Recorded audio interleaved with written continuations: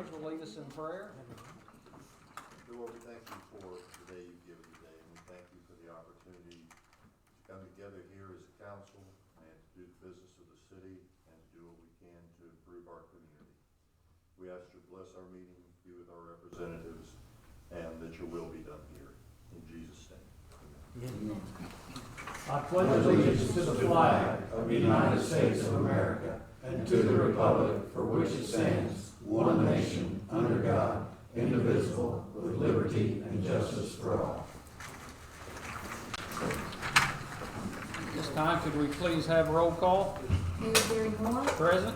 City Attorney Darren Rice. Here. Alderman Terry Starr. Here. Alderman Alan Marsh. Here. Alderman Cheryl Eckleberry. Alderman Eugene McGill. Present. Alderman Bruce McKibben. Here. Alderman Clifford Reaver. Here. Alderman Dewey Eckleberry. Here. Alderman Cody Atterbury. Here. And we can continue on. The next would be the approval of the council meetings as of 4/9/2024, and also we will be voting to approve the executive session minutes of 3/12/2024. You've had a chance to review those. Are there any questions? Any changes? A motion to approve? I'll make that motion. Second. I have a motion by Alderman Reaver and a second by Alderman McKibben. All in favor say aye. Aye. Opposed say no. Does anyone wish to abstain? The amendments are approved. Next would be the approval of the bills that have been submitted since the last council meeting. Those were in your packets distributed. Are there any questions on any of the bills? If there are none, is there a motion to approve? Second. I have a motion by Alderman Dewey Eckleberry, seconded by Alderman Atterbury, to approve paying the bills for this meeting. Roll call vote: Stahl, Yes. Atterbury, Yes. Dewey Eckleberry, Yes. Cheryl Eckleberry, Yes. Marsh, Yes. McGill, Yes. McKibben, Yes. Reaver. Yes. And the bills are approved. Next would be the public comment section of the council meeting. Is there anyone that wishes to address the council at this time? Seeing none, we will close the public comment section and move into routine business. Item number 1 on the agenda is a resolution approving a business district redevelopment agreement with Recreated Health LLC. Alderman Atterbury.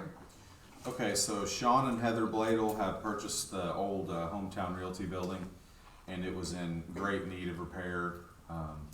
They went through it, and they've done, I mean, just about everything in it. They came asking for money from the new project, new building projects and facade, or was it new facade and new projects. This would be a great improvement of one of our buildings in town, and they're asking for, they asked, and it's our recommendation, they get $10,000 under the new projects plan and under the facade plan as well. So total of $20,000 from both of those. That is from the business district. And the plans that they submitted to the committee, I mean, they have done an amazing job on the inside of that building. It will be a very good asset to our community. And they were gonna add some employees too. Yes. Yes. Are there any other questions or any questions for the committee? If none, is there a motion to approve this resolution? I'll make it. I'll second it. I have a motion by Alderman Reaver, seconded by Alderman Atterbury, to approve the business district redevelopment agreement with Recreated Health LLC. Roll call vote: Atterbury, Yes. Dewey Eckleberry, Yes. Cheryl Eckleberry, Yes. Marsh, Yes. McGill, Yes. McKibben, Yes. Reaver, Yes. Stahl. Yes. And that resolution is passed.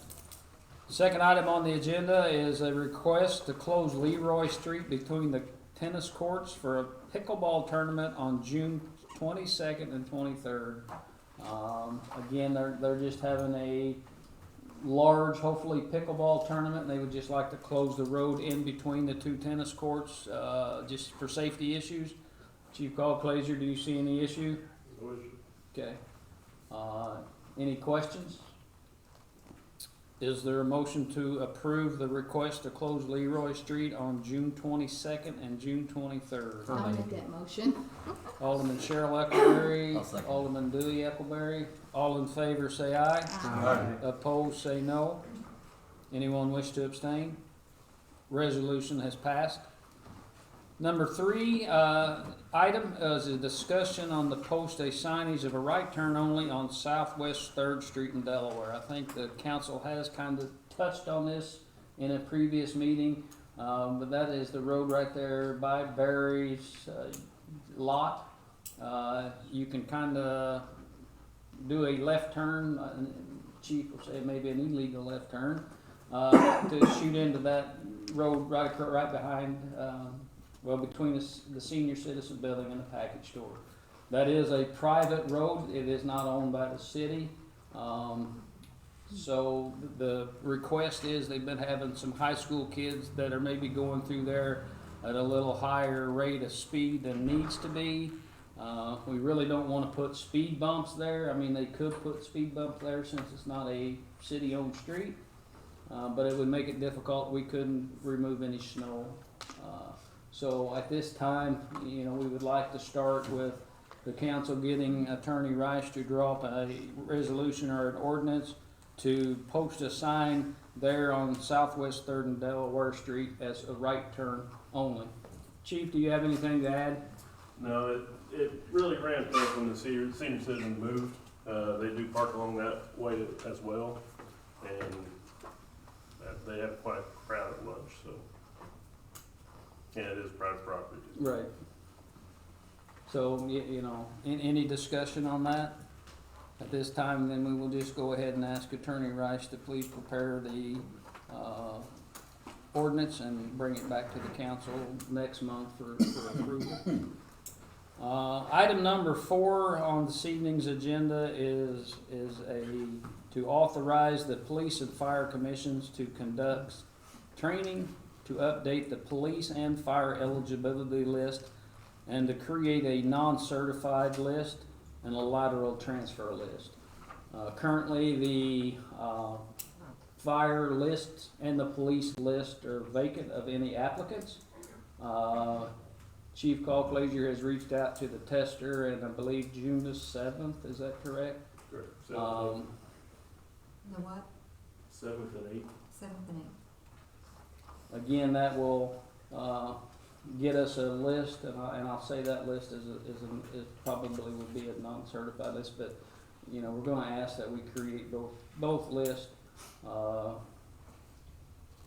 Terry, do you have anything to say? No. Okay.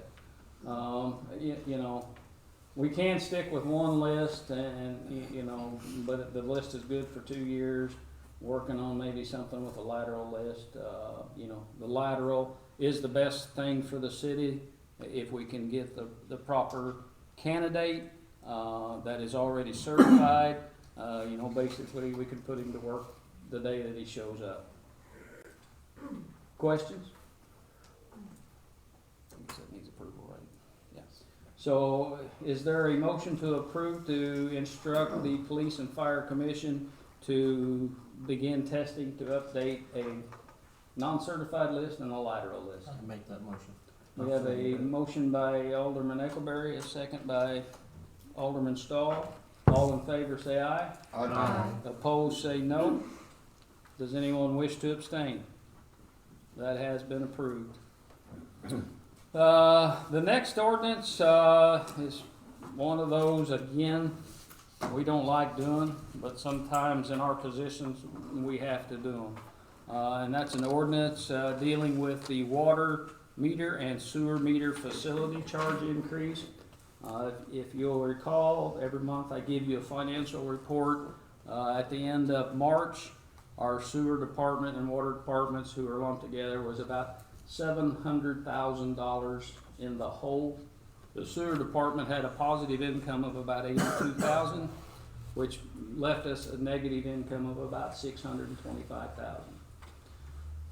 We had a meeting with the committee. That was Alderman Cheryl Eckleberry, Alderman Allen Marsh, and Alderman Clifford Reaver. We talked about what we could do. You know, the city is not overstaffed in either one of those departments. Costs continue to go up. IBEW contract gets raises at the May 1st. Chemicals, I mean, it just, everything escalates and it makes it difficult. You know, our difficult decision is, you know, you've always heard me say to get out of the hole, you gotta stop digging. Well, we need to start that. And if the council will remember, previous council kinda set a plan in motion, that unless the Pacific Council wanted to address it, a small increase would go through every May the 1st. There is a $1 per month facility charge that will be passed on. The committee met, and it is gonna be their recommendation, or the recommendation to the council, that we approve an additional $3 per month facility charge.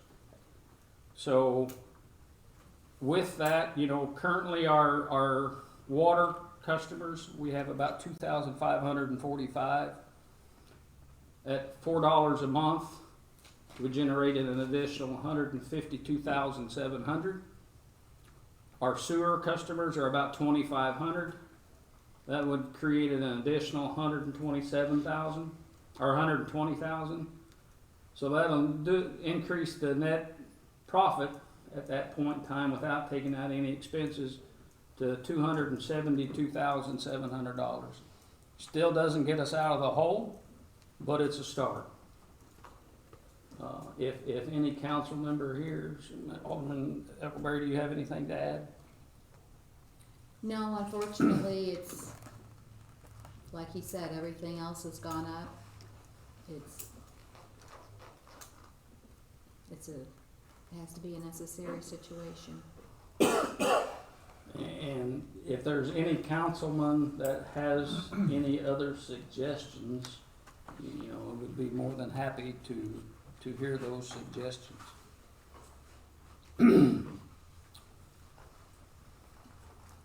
Any other discussion on the proposed increase? Again, you know, it's not rate driven. You know, there is a small rate, you know, that previous council set in place. I believe it's $0.25 per 1,000. So, you know, with the additional $4 per meter, you know, your utility bill will see an increase. Beginning May 1st, you won't be billed for it till the following month, but your increase you would see an $8 a month increase. Again, there's nobody sitting here that wants their rates to go up, but we have to take care of business. If there's no discussion, is there motion to approve? I'll make that motion. I'll second it. Is that Stahl? Yes.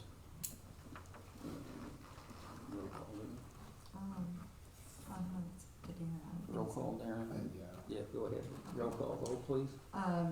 Alderman Cheryl Eckelberry made a motion, seconded by Alderman Stahl, to approve the ordinance for water and sewer meter facility charge increases. Roll call vote, Dewey Eckelberry, Yes. Cheryl Eckelberry, Yes. Marsh, Yes. McGill, Yes. McKibben, Yes. Reaver, Yes. Stahl, Yes. Atterbury. Yes. And that motion passes. The last item on this evening's agenda, and I apologize that I didn't get this on the agenda quicker. I told some individuals that I would, it had just slipped my mind. That would be funding of the city band. That's something that the city council has done for many, many years.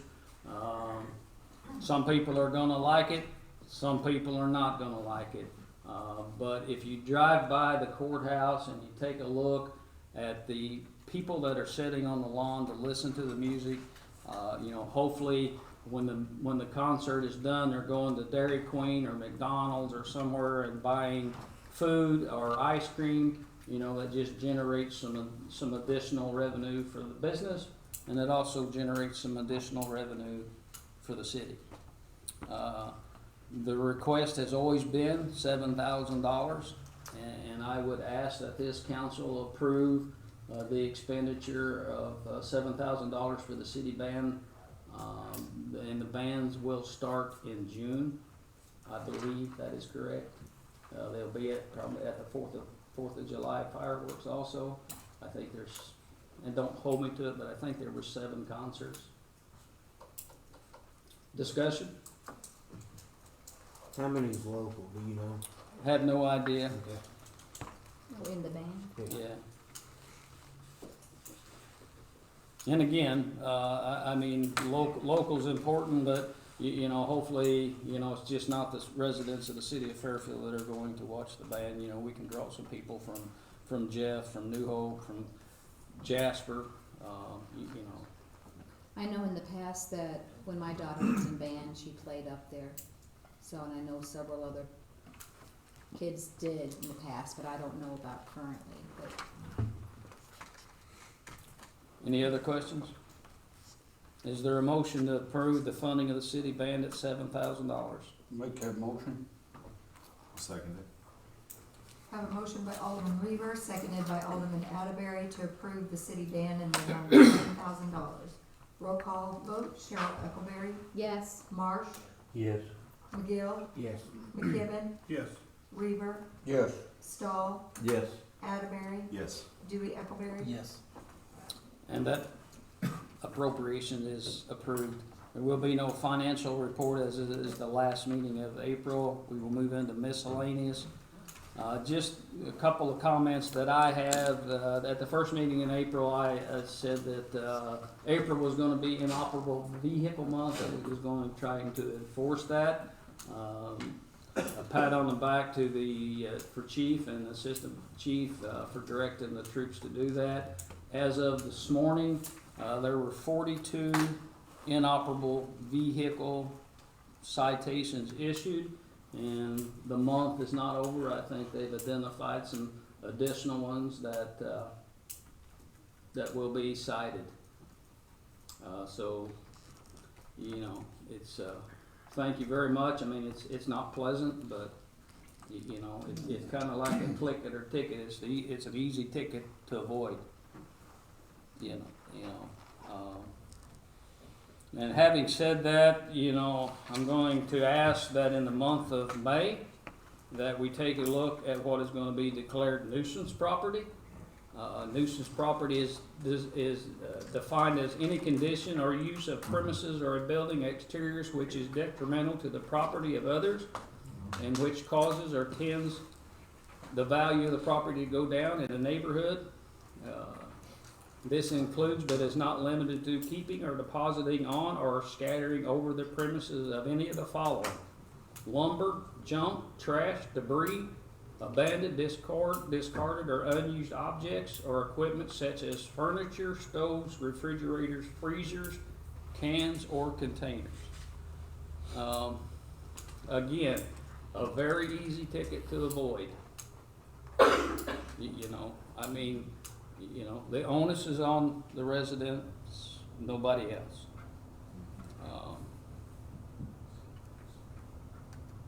Questions, comments? Does anybody else have anything under miscellaneous they'd like to discuss? If not, I'm going to ask that we have a motion to enter into executive session concerning Section 2C21, minutes of closed session meetings, and Section 2C1, appointment, employment, compensation, discipline, performance, or dismissal of specific employees of the public body. Do I have a motion? Make that motion. Second. All in favor of adjourning to executive? No. Mr. Bledell, I think I seen you come in late, and we kind of already addressed your issue. You know, we're very pleased of what you've done with that building. We are extremely pleased that you're there, and we look forward to the good things that you provide to the community. The only thing we can say is thank you very much. Thank you. All right, we will be not coming out to take any action. It was